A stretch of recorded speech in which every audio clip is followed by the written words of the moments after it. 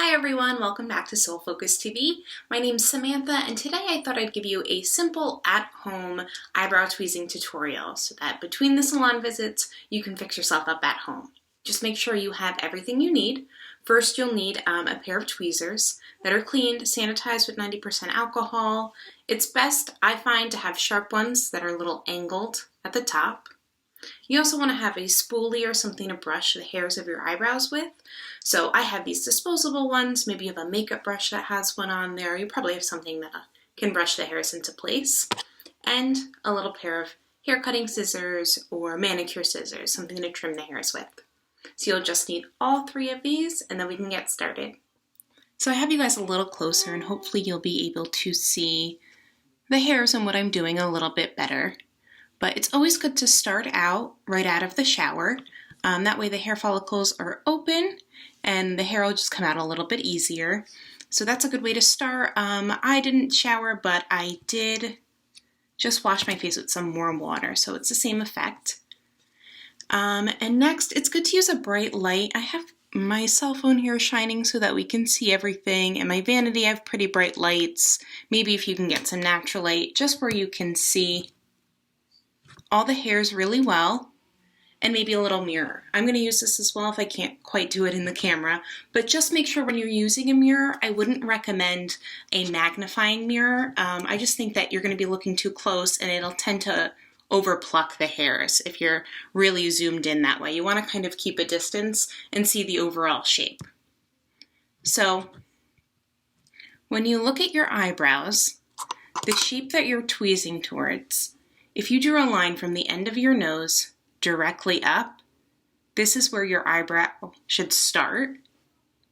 Then if you go exactly from this point, just move this over, diagonally through your eye, right, for looking straight, this is where the arch of your eyebrow will be. And then if you go right to the end of your eyes, this is in the same place, a line right from the end of your eye, this is where your eyebrow ends. So that's kind of the shape you want to keep, right? So this is what I do. Brush all the hairs up and out of the way, kind of into place, into the shape that you want your eyebrow to look. And then we just want to get a few of those random hairs underneath. It's best not to overpluck. You can always trim, shave these hairs, but when you overpluck, it's going to take too long for the hairs to grow back if you get a little crazy with it. So less is definitely more. Now you want to grab the hairs. See, I can do this in the camera. Grab the hairs. I need to cheat with my mirror. At the base and pull in the direction the hairs are growing out. So if they grow this way, you want to pull that way. That'll be least painful. If you grab the hair by the root, you'll be able to get the whole hair and not break the follicle. So we're going to grab it and pull it out, right? And just dispose of these. Little trash can. And like I said, eyebrow trends go in and out of fashion. Right now, big eyebrows are in, so don't get too crazy. When you start to damage that root, they'll stop growing back. So it's always best to just a little less is more. Just get the little ones.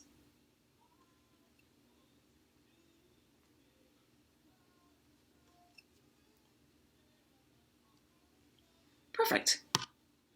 I would just do underneath. When you come into the salon, you probably get the top waxed, but it's best just at home between visits, leave that to professionals. You don't want to ruin the natural shape of your eyebrows.